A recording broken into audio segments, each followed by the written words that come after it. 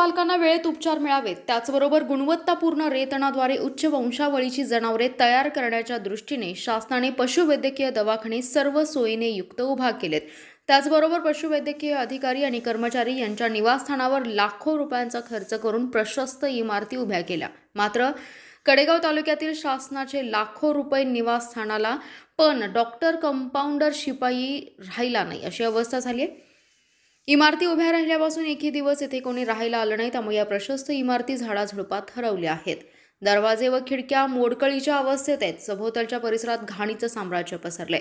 कडेगाव तालुक्यात 8 पशुवैद्यकीय दवाखाने आहेत। यापैकी देवराष्ट्रे, सोनसळ, वांगी, चिंचणी येथे काही वर्षांपूर्वी शासनाने लाखो रुपयांचा निधी खर्च करून सर्व सोयींनी युक्त पशुवैद्यकीय दवाखाने तसेच पशुवैद्यकीय अधिकाऱ्यांसह कर्मचाऱ्यांना राहण्यासाठी इमारती उभ्या केल्यात। मात्र वांगी वगळता अन्य तिन्ही पशुवैद्यकीय दवाखान्यातील निवासस्थानामध्ये उभ्या केल्यापासून एकही दिवस अधिकारी किंवा कर्मचारी राहायला आल्याचं दिसून येत नाही। त्यामुळे इमारतीचा परिसर झाडाझुडपांनी माखलेला दिसतोय। विशेष म्हणजे एकीकडे राहायला घर नाही म्हणून सर्वसामान्य माणूस जीवाचं रान करताना दिसतोय, तर दुसरीकडे शासनाचे लाखो रुपये पाण्यात गेल्याचं दुर्दैवी चित्र दिसून येते।